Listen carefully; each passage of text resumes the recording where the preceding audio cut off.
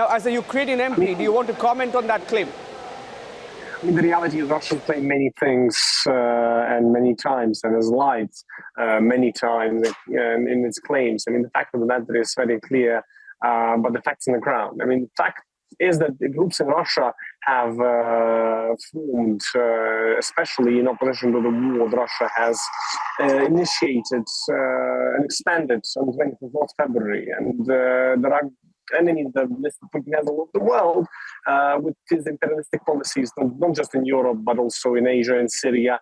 And when you look at Africa, what he does there, you look at what he does in Latin America with Venezuela, and then you see many enemies of his appearing. So to clearly portray here as this, that, and the other is just another attempt by Kremlin to justify what it does in Ukraine all over the world and kills in the name of empire that it wants to build.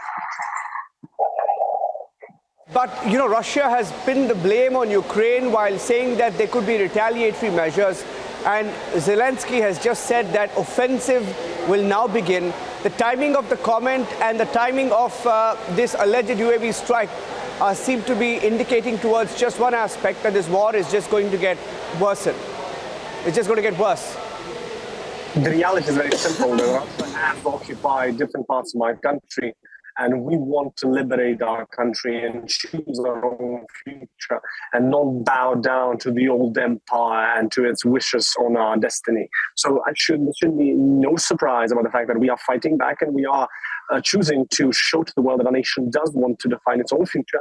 And if Russia wants to stop that by means of force, we shall resist it in every single way possible.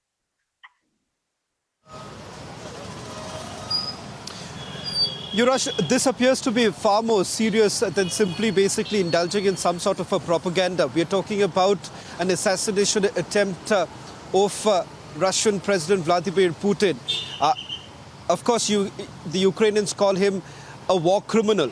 But having said that, at this point in time, when the entire world is essentially looking forward to an end to this war, if at all this attempt was made by the Ukrainian side, don't you think that this is only fueling the war further?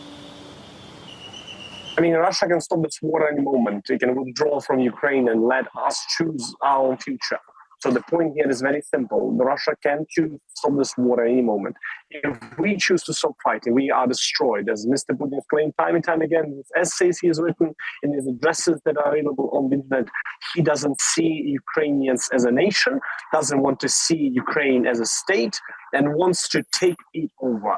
We don't agree with that. By every poll and measurement, we don't agree with that. So the point here, we are fighting for the right to have a future.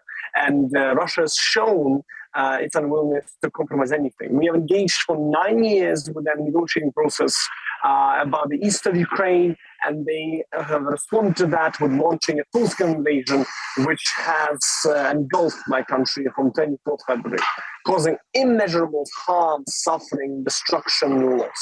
So the point here is that Russia can stop this war any moment it wishes, but we shall fight on to liberate our country and to let us choose our own future.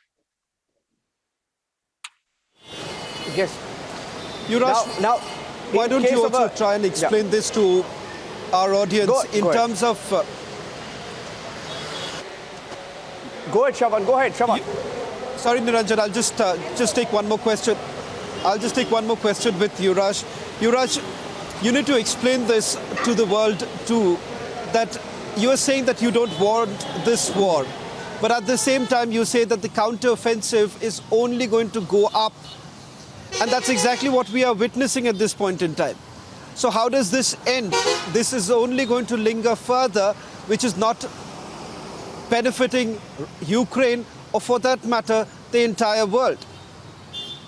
We are liberating our country. That is what's happening in the counteroffensive. I mean, the fact of the matter is that when you look at all the imperial powers, if Britain would invade India tomorrow and would fight a war with you for a year, killing, murdering, destroying, and butchering, and then say, well, we just take, say, West Bengal, and we have peace. Would Indians be fine with that? I don't think so. So the same goes for any claim that Russia stakes on our territory. We are fighting back. We are pushing them away from territories they've occupied for one simple reason. We understand that if we say, as so many claim, that just stop, we're delaying this war to be fought by our sons, by our grandsons. We don't want that. This is a challenge for our generation, and we are going to win it. Yurash,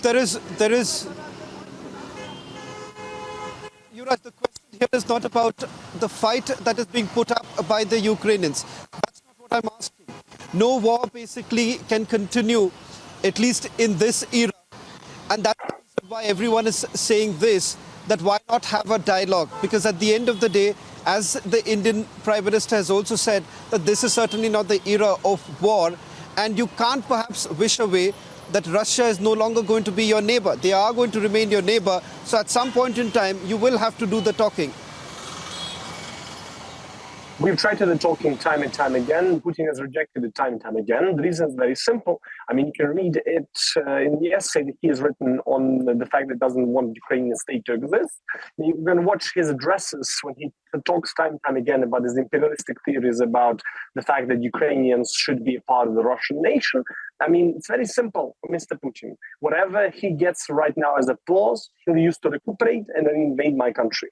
And again, we don't want our children or our grandchildren to fight this war for us. This is a challenge for our time, and we cannot give in to Mr. Putin's imperialistic ambition. We tried negotiating with him for 9 years, in response of which he was full-scale invasion of Ukraine, murder of countless tens of thousands at the very least, displacement of 10 million, destruction of numerous cities all over Ukraine, and the Kyiv I'm sitting in right now.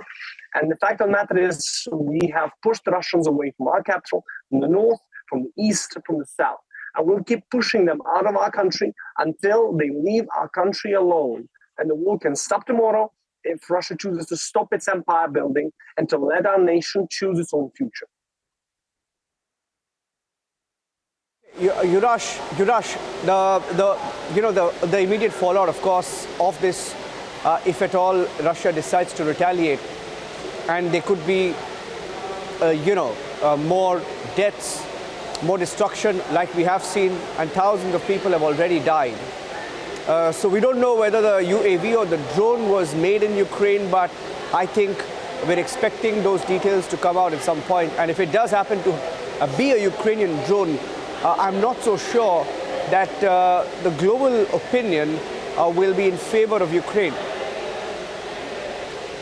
I mean, first, you have to understand that we aren't seeing any facts at the moment. We are seeing that Russians are claiming many things, and they have claimed many things and lied many, many times. So I'm not seeing any, I would see any shock if the facts come out to be very different than whatever the claims exist right now. But again, it's very important to understand that Russia has launched a full-scale invasion that is the largest war in Europe since the Second World War.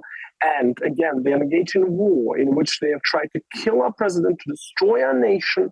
They are doing unspeakable things to the people that occupy right now in the east and south of our country. We have shown the world time and time again that we can win this, and we'll continue fighting back until Russia leaves us alone. And that's about it. Thank you for joining us here on Republic TV. And we will look forward to connecting with you again. But Shravan, this is a big escalation. There are some reports that are coming in that Putin has held an emergency meeting and that he's operating from a bunker. None of these reports we can confirm independently, but we can tell you that Russia is already speaking of retaliatory measures. So we're keeping our eyes, all eyes on what Russia does next. Shravan, you were there. You reported on the war. Given the developments this evening, how do you see Russia responding?